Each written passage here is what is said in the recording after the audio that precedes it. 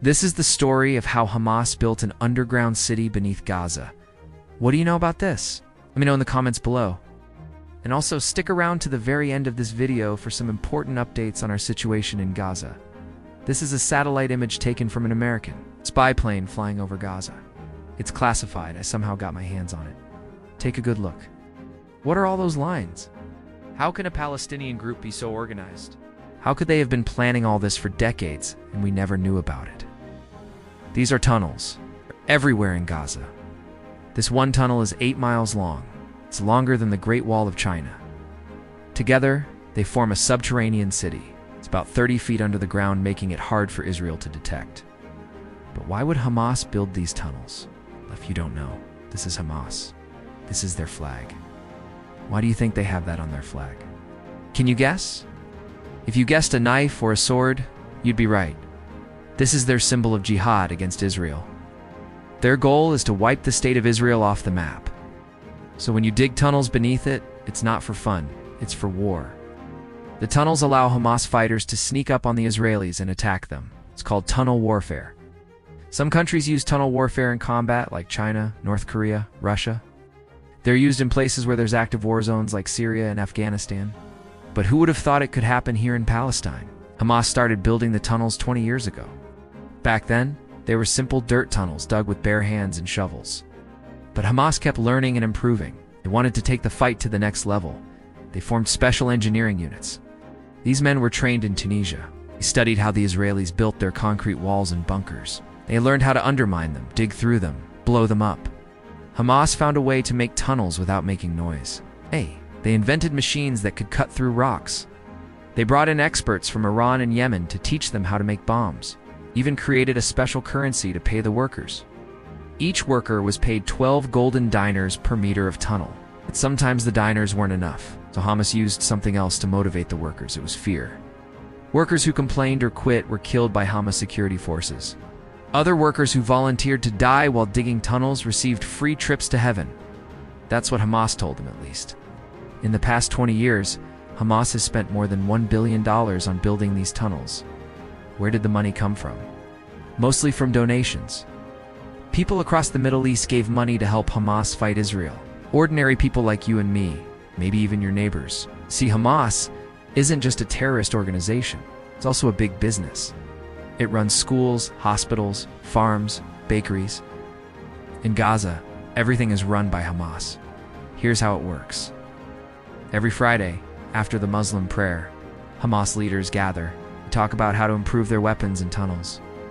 Anyone can attend these meetings. All you need is a good idea. Say you want to build better bombs. You go to the meeting and present your idea, and the leaders vote on it. If they agree, they put your idea into action. Hamas calls this shura government. It means consultation in Arabic. But it's not really a consultation because no one can disagree with Hamas. It's a dictatorship. But Hamas says everyone participates. It's a lie. So inside Gaza, no one can stand up to Hamas. You can't criticize them or protest against them. If you do, they will put you in prison or kill you. This is why Hamas doesn't care how many civilians they kill. They don't care about the damage they cause. They only care about their goal of destroying Israel. For Hamas, the ends justify the means. But most Gazans aren't like this. They didn't support the recent attacks, but they're too afraid to speak out. After all, Hamas controls their schools, their hospitals, their lives. Recently, Hamas released propaganda films featuring children. They said if you join Hamas, you'll get to play with the coolest toys. This is how Hamas recruits child soldiers. Many parents in Gaza don't want this life for their kids. They're worried about the future of their children. They're afraid their kids might get killed in the fighting or turn into killers themselves. Most of the world thinks that Hamas is just a bunch of religious fanatics. But how did these religious fanatics become such a powerful enemy? Israel has been bombing Gaza for the past week. But none of the Israeli bombs can destroy the tunnels.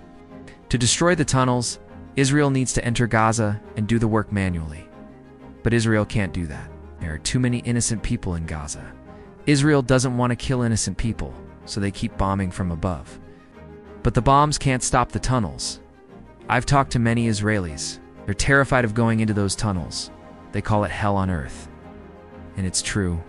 Here's what Israel's defense minister said about the tunnels. Our soldiers are dropping powerful bombs that have never before been dropped in such concentrated and varied ways on a single target. But the main problem is that Hamas has laid mines throughout Gaza. It's a deadly trap for the Israeli soldiers. As soon as they step into the tunnels, they could be blown up any second. That's why Israel is asking civilians to leave Gaza. They want to avoid killing innocent people. But Hamas won't let them leave. The leaders of Hamas are hiding in the tunnels. They won't leave. So Israel can't attack the tunnels. But Israel does have another option. It's called Operation Protective Edge. It's a plan made in 2014. This is what it says. If there's an attack from Gaza, Israel will invade Gaza and destroy Hamas. They will eliminate every terrorist in Gaza. Problem solved. That's what it says on paper. Things are much more complicated in real life. When Israel last invaded Gaza in 2014, they couldn't find Hamas. The tunnels had already collapsed.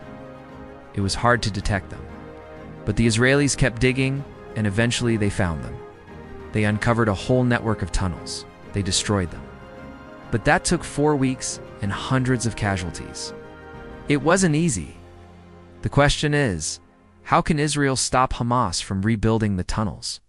Will the recent bombings be enough, or will they have to invade again? That's what we're watching closely. Meanwhile, things are getting worse in Gaza. More and more people are leaving.